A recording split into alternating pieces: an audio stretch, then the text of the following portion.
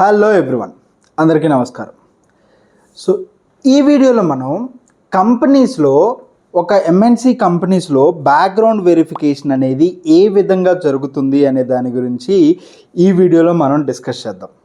So background verification అనేది చాలా important అండి. అంటే ప్రతి కంపెనీ కూడా బ్యాక్గ్రౌండ్ వెరిఫికేషన్ చెక్ అనేది జరుగుతూ ఉంటుంది. అసలు ఈ బ్యాక్గ్రౌండ్ వెరిఫికేషన్ అనేది ఏ వేస్లో జరుగుతుంది, ఏ డీటెయిల్స్ని బేస్ చేసుకొని ఈ బ్యాక్గ్రౌండ్ వెరిఫికేషన్ అనేది జరుగుతుంది అనే దాని గురించి ఈ వీడియోలో కంప్లీట్గా చూద్దాం. సో ఈ వీడియో చూసే ముందు నాదొక చిన్న రిక్వెస్ట్ అండి. సో మీరు కనుక ఈ ఛానల్ని సబ్స్క్రైబ్ చేసుకోకుండా అంటే ఈ వీడియోస్ చూస్తే ప్లీజ్ నాదొక చిన్న రిక్వెస్ట్ అండి, ప్లీజ్ డూ సబ్స్క్రైబ్. అండ్ అదేవిధంగా ఈ వీడియోని లైక్ చేసి ఈ వీడియో చూడడం స్టార్ట్ చేయండి. By end of the video మీకు ఏదైనా నచ్చకపోతే మీరు డిస్లైక్ చేసేయండి, that's not a problem. Okay, let's start in to our video. Okay, so background verification, అసలు ఈ బ్యాక్గ్రౌండ్ వెరిఫికేషన్ అనేది ఏ డీటెయిల్స్ని బేస్ చేసుకొని ఈ వెరిఫికేషన్ చేస్తారు అనే దాని గురించి ఫస్ట్ మనం తెలుసుకోవాలి. ఓకే, ఏదైనా ఎంఎన్సి కంపెనీస్లో మనం జాయిన్ అయ్యేటప్పుడు కొన్ని డాక్యుమెంట్స్ అనేది మనం సబ్మిట్ చేస్తాం. కైండ్ ఆఫ్ మన లాస్ట్ కంపెనీ లాస్ట్ ఆర్గనైజేషన్స్ మనం ప్రీవియస్గా ఏ కంపెనీస్లో వర్క్ చేసాము అండ్ వాళ్ళ యొక్క మనం ఎవరెవరికి రిపోర్టింగ్ చేసాము, మన మేనేజర్స్ ఎవరు, టీమ్ లీడ్స్ ఎవరు, ఇవన్నీ కూడా ఆన్ బోర్డింగ్ రోజు మనం ఇలాంటి డాక్యుమెంట్స్ అన్నీ కూడా సబ్మిట్ చేస్తాం. అంటే మన ఆధార్, పాన్ కార్డ్ అండ్ అదేవిధంగా మన లాస్ట్ కంపెనీ యొక్క documents kind of me experience documents, అంటే లాస్ట్ 3 months పే స్లిప్స్ కానివ్వండి, సో ఎక్స్పీరియన్స్ రిలీవింగ్ లెటరు, ఇలాంటి డీటెయిల్స్ అన్నీ కూడా ఆన్ బోర్డింగ్ రోజు మనం సబ్మిట్ చేస్తాం. సో వాటిల్లోనే మన హెచ్ఆర్ డీటెయిల్స్, అంటే మన ప్రీవియస్ ఆర్గనైజేషన్స్లో మన హెచ్ఆర్ నేమ్ ఏంటి అండ్ వాళ్ళ నెంబర్ ఏంటి అండ్ వాళ్ళ మెయిల్ ఐడి అండ్ మనం ఎవరికి రిపోర్టింగ్ చేసాం, మన మేనేజర్ ఎవరు, మన టీమ్ లీడ్ ఎవరు, ఇలాంటి ఇన్ఫర్మేషన్స్ మొత్తం కూడా మనం ఆన్ బోర్డింగ్ రోజు సబ్మిట్ చేస్తాం. సో ఆ డీటెయిల్స్ని బేస్ చేసుకునే బ్యాక్గ్రౌండ్ చెక్ అనేది జరుగుతుంది. సో అసలు బ్యాక్గ్రౌండ్ చెక్ అంటే ఏంటి అని అంటే, మీరు ఏదైతే ఇప్పుడు యాజ్ ఎ ఫ్రెషర్గా అనుకోండి, బ్యాక్గ్రౌండ్ చెక్ అంత ఉండదు. అంటే మీరు మీ గ్రాడ్యుయేషన్ ఏదైతే ఉందో దాని వరకు చెక్ చేస్తారు యాజ్ ఎ ఫ్రెషర్గా అయితే. ఆర్ఎల్స్ మీరు ఏదైనా ఒక ఎక్స్పీరియన్స్ మీరు పెట్టారనుకోండి, మీ ఎక్స్పీరియన్స్ మీరు ఏదైతే పెట్టారో అది కరెక్టా, అంటే ఒరిజినలేనా లేదు అంటే ఏదైనా ఫేక్ పెట్టారా అనేది అలాంటిది చెక్ చేయడాన్నే బ్యాక్గ్రౌండ్ చెక్ అని అంటాం. సో ఈ బ్యాక్గ్రౌండ్ చెక్ అనేది మీరు ఇచ్చే డీటెయిల్స్ని బేస్ చేసుకునే ఈ వెరిఫికేషన్ అనేది జరుగుతుందన్నమాట. సో ఇందులో మేజర్గా ఏ వేస్లో జరుగుతుంది అంటే ఈ బ్యాక్గ్రౌండ్ వెరిఫికేషన్ చెక్, మీరు ఏవైతే డీటెయిల్స్ ఇచ్చారో మీ మేనేజర్ యొక్క కాంటాక్ట్ డీటెయిల్స్, మీ హెచ్ఆర్ యొక్క కాంటాక్ట్ డీటెయిల్స్, సో వాటిని బేస్ చేసుకొని చెక్ జరుగుతుంది. సో వాళ్ళకి ఫస్ట్ వేలో ఎవరైనా కూడా కాల్ చేస్తారు. సో మీరు ఇచ్చిన నెంబర్స్ని బేస్ చేసుకొని కాల్ చేస్తారు. ఇలాంటి ఒక పర్సన్, అంటే మీరు ఆబ్వియస్లీ మీకు ఎంప్లాయీ ఐడి ఇలాంటి డీటెయిల్స్ ఉంటాయి కదా, సో ఈ పర్సన్ మా ఆర్గనైజేషన్లో జాయిన్ అయ్యారు, so we want to check his background verification whether he worked in మీ ఆర్గనైజేషన్లో వర్క్ చేసినట్టు ఇతను మెన్షన్ చేశాడు. సో ఇతను మీ ఆర్గనైజేషన్లో వర్క్ చేశాడా లేదా అనేది కాల్ చేసి ఫస్ట్ వెరిఫై చేస్తారు. So if they are not picking that call, mail చేస్తారు. సో మెయిల్ చేస్తారు అంటే ఒక లిస్ట్ ఆఫ్ క్వశ్చన్స్ అనేవి వాళ్ళు ఒక క్వశ్చనరీ ప్రిపేర్ చేస్తారు.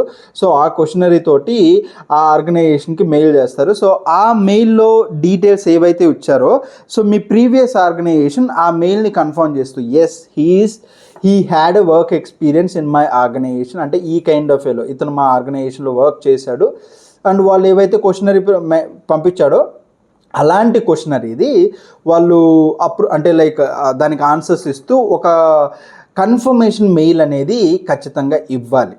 ఓకే, సో ఒక కన్ఫర్మేషన్ మెయిల్ అనేది ఇస్తే సో దాన్ని బట్టి కైండ్ ఆఫ్ బ్యాక్గ్రౌండ్ వెరిఫికేషన్ అనేది కైండ్ ఆఫ్ కన్ఫర్మ్ అవుతుంది, అలా సక్సెస్ఫుల్ అవుతుంది. సో ఇలా కాల్ వెరిఫికేషన్ కానీ మెయిల్ వెరిఫికేషన్ అంటే ఇలా మనం ఒకరు కాల్ చేసాం, మన హెచ్ఆర్స్ కానీ మన మేనేజర్స్ కానీ కాల్ చేసాం, లేదు అని అంటే మనం మెయిల్ చేసాం, బట్ ఎలాంటి రెస్పాన్స్ రాలేదు అని అంటే then they will do a physical verification.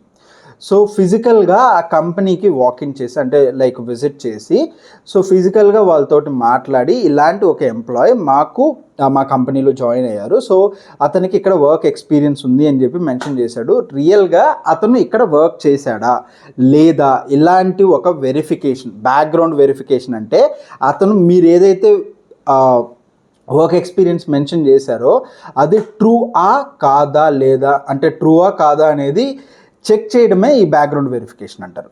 So ఇందులో మీరు ఏదైనా సమ్ కైండ్ ఆఫ్ ఫేక్ పెట్టారనుకోండి, సో ఆబ్వియస్లీ వాళ్ళు ఫేక్ పెట్టినప్పుడు ఖచ్చితంగా వాళ్ళు కనుక ఆన్ టైం రెస్పాండ్ అయితే ఆబ్వియస్లీ బ్యాక్గ్రౌండ్ వెరిఫికేషన్ సక్సెస్ అవుతుంది. ఒకవేళ ఆన్ టైం రెస్పాండ్ అవ్వకపోతే అండ్ వాళ్ళు అడిగిన కంప్లీట్ ఏదైతే సఫిషియంట్ ఇన్ఫర్మేషన్ కనుక మీరు ఇవ్వలేకపోతే మీ ప్రీవియస్ ఆర్గనైజేషన్, అప్పుడు బ్యాక్గ్రౌండ్ వెరిఫికేషన్ ఫెయిల్ అయ్యే అవకాశాలు ఉంటాయి. సో అలాంటి టైంలో మేబీ మిమ్మల్ని టర్మినేట్ చేసే అవకాశాలు కూడా ఉంటూ ఉంటాయి. సో అసలు ఈ బ్యాక్గ్రౌండ్ వెరిఫికేషన్ అనేది అంటే లైక్ డైరెక్ట్గా కంపెనీ చేస్తుందా లేదు అని అంటే ఇంకేదన్నా అదర్ కంపెనీస్ తోటి ఈ బ్యాక్గ్రౌండ్ వెరిఫికేషన్ అనేది చేయిస్తూ ఉంటారా అని అంటే ఎస్, ఆ కంపెనీ డైరెక్ట్గా చేసే అవకాశాలు చాలా తక్కువ ఉంటూ ఉంటాయండి. ఇప్పుడు ఫర్ ఎగ్జాంపుల్ మీరు ఇన్ఫోసిస్ కంపెనీలో జాయిన్ అయ్యారు అని అనుకుందాం. సో ఇన్ఫోసిస్ కంపెనీ డైరెక్ట్గా బ్యాక్గ్రౌండ్ వెరిఫికేషన్ చేయదు. ఇలాంటి బ్యాక్గ్రౌండ్ వెరిఫికేషన్స్ అన్నీ కూడా ఒక థర్డ్ పార్టీ కంపెనీకి హైర్ చేసుకుంటుంది, సో ఎంప్లాయీస్ యొక్క వెరిఫికేషన్ కోసం.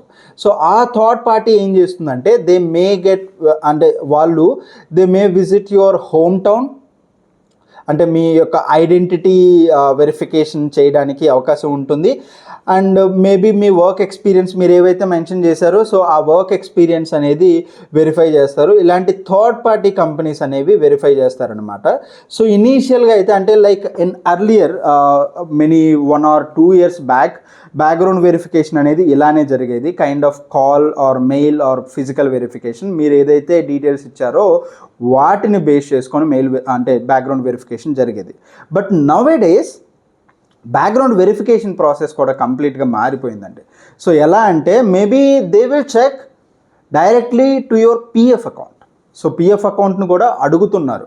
సో పిఎఫ్ అకౌంట్లో కూడా ఆ కంపెనీ యొక్క లిస్ట్ అనేది ఉంటుంది. అంటే లైక్ మీరు ఏ ఆర్గనైజేషన్లో అయితే వర్క్ చేశారో సో అక్కడ ఆ మెంబర్ ఐడి అనేది రికార్డ్ అవుతుంది, అంటే ఆ మెంబర్ రికార్డ్ అవుతుంది. సో ఏ పీరియడ్ నుంచి ఏ పీరియడ్ వరకు వాళ్ళ పిఎఫ్ హిస్టరీ ఉంది, సో ఇలాంటి ఇన్ఫర్మేషన్ మొత్తం కూడా రికార్డ్ అవుతుంది కాబట్టి సో త్రూ పిఎఫ్ ద్వారా కూడా వీళ్ళు బ్యాక్గ్రౌండ్ వెరిఫికేషన్ అనేది చేస్తూ ఉన్నారు.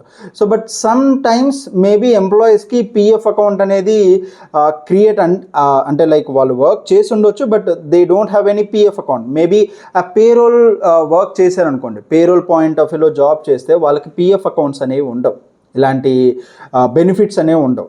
సో అలాంటి సినారియోలో పిఎఫ్ వెరిఫికేషన్ అనేది అంత హెల్ప్ఫుల్ అవ్వదు. సో ఆబ్వియస్లీ ఈ వేలోనే వెళ్ళాలి, కైండ్ ఆఫ్ బ్యాక్గ్రౌండ్ వెరిఫికేషన్ ఏది call or mail or physical వెరిఫికేషనే చేయాల్సి వస్తుంది అనమాట. So this is the background verification process. So మీకు ఏదైనా డౌట్స్ ఉంటే related to this background verification process please ఆ డౌట్స్ని కామెంట్ సెక్షన్లో పెట్టండి. సో అట్లీస్ట్ నేను ట్రై చేస్తాను వాటిని రిజాల్వ్ చేయడం కోసం. ఐ హోప్ ఈ వీడియో మీకు ఎంతో కొంత హెల్ప్ అయిందని అనుకుంటున్నాను. సో ప్లీజ్ మీరు కనుక ఇంకా మన ఛానల్ని సబ్స్క్రైబ్ చేసి ఉండకపోతే ప్లీజ్ డూ సబ్స్క్రైబ్. అండ్ అదేవిధంగా ఈ వీడియోస్ని మీ ఫ్రెండ్స్కి షేర్ చేయండి. సో బికాస్ ఇన్ఫర్మేటివ్ ఎంతమందికి రీచ్ అయితే అంత మంచిది. And please like this video and I need your support, I need your love towards my channel through subscription ద్వారా, అంటే సబ్స్క్రైబ్ ద్వారానో లైక్స్ ద్వారానో ఎలాగోలాగా తెలియజేయండి. Thank you so much and all the best.